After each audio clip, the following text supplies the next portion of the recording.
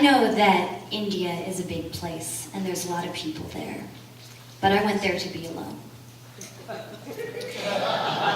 And I had this vision. Hear me out, okay? I was young, just graduated college. I had this vision, right? So I'm thinking about Khalil Gibran, and I'm thinking about how he's talking about the soul and it being like the lotus and it opening like the petals of the lotus, and like that was gonna be me. Like I was gonna go to India and I was gonna have this spiritual journey and I was gonna open like a lotus. It was just gonna be like eat, pray, love all over the place. So I go there and it's great, and I'm in downward dog or whatever, and I'm doing yoga and I'm having this very like spiritual journey, and everything's going fantastic except for the fact that I have this neighbor, and her name is Arti, and she's this very sweet girl. She's a girl my age, and she has best intentions, except for the fact that I was pretty sure that she was hired to track and torture me. Like this girl, like I don't know if it was like by my mom or like the government, but like somebody had like assigned this girl to me, and she was like tracking every one of my motions. And it started out like kind of small. Like she would break my cigarettes and tell me that smoking was bad. And smoking, by the way, is very important in the spiritual journey. She would tell me that my clothes were ugly, and she would dress me up like a paper doll. And these were all sort of like small, like violently mothering tactics that like didn't really bother me too much. But then it got to the point where it was all consuming. And if I could just take a moment to tell you about the size of this girl, like she was like half my size, but I had these moments with her where she would look at me and her eyes would get super glittery, and I felt like she was gonna eat me, and I believed her. I was like, I'm a little afraid of you. Like she had this super strong grip, and she was all-encompassing. And I kind of felt like she was Hindenburging my spiritual journey. And I didn't really have time for this because I was dealing with a lot of other stuff. It turns out that I was really, really bad at traveling by myself in India. I was kind of bombing it. For instance, I had a really hard time cooking for myself and eating. I had a really hard time with this like demon abscess infected belly button infection I had with. If I could just tell you, I swear to God, it was like the eraser head baby was like coming out of my torso. Like it was nasty. You're welcome. To add to this, I had lost my passport, like who does that, and also had lost most of my money. So I was kind of in a bad place. And I wasn't really in a place to be dealing with someone like Arti.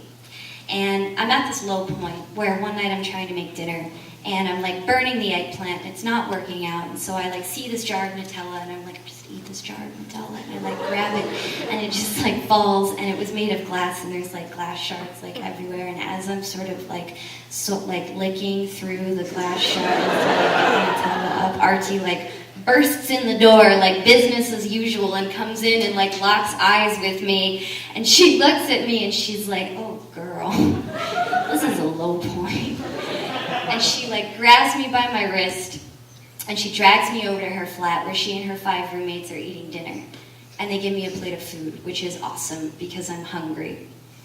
And this is great, except for the fact that I realized that there's no silverware, and I'd only been in India for a couple of weeks and I wasn't very good at eating without silverware yet. And everyone is sort of sitting around and they're just like throwing the food into their mouths just like effortlessly and expertly, and I'm sitting in the corner and I'm like throwing the food into my mouth, except none of it's going into my mouth. It's just like falling like all over my body, like just like infant's litter everywhere, just stains, like it's like probably in my hair, just like huge cultural failure, total mortifying moment. And Arti's watching me because she's always watching me, and she comes over and she like balls up the food on my plate, and she takes my mouth and she opens my mouth and she puts her fingers in my mouth and she feeds me. And everyone in the room has stopped eating and they're staring at me, and there's like curry on my face, like, and I don't know if you guys have ever been like hand-fed in a room full of hot silence before, but it's got like this weird like petting zoo vibe. Like, not a proud moment for me. But Arti keeps feeding me because I guess I looked thankful. And she feeds me again and again, and her fingers in my mouth until we've eaten this whole meal together, and I feel full. And I had a lot of feelings about the feeding. For one, it was weird, but I also felt really small, and I felt really confused, and I felt really loved. And I felt really grateful and vulnerable. And all of these feelings start rushing into me all at once. And all the reasons that I went to India in the first place. And all the things that I thought that I needed. And I just start weeping. And I'm crying. And everyone's still staring at me. And there's still curry on my face. And I'm crying, and I cry until I start laughing because it becomes funny. Because holy shit, do I feel like a lotus right now.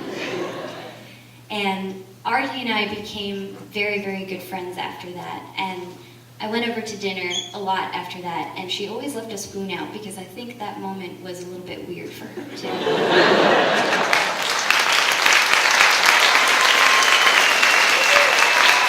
Brittanie Sterner.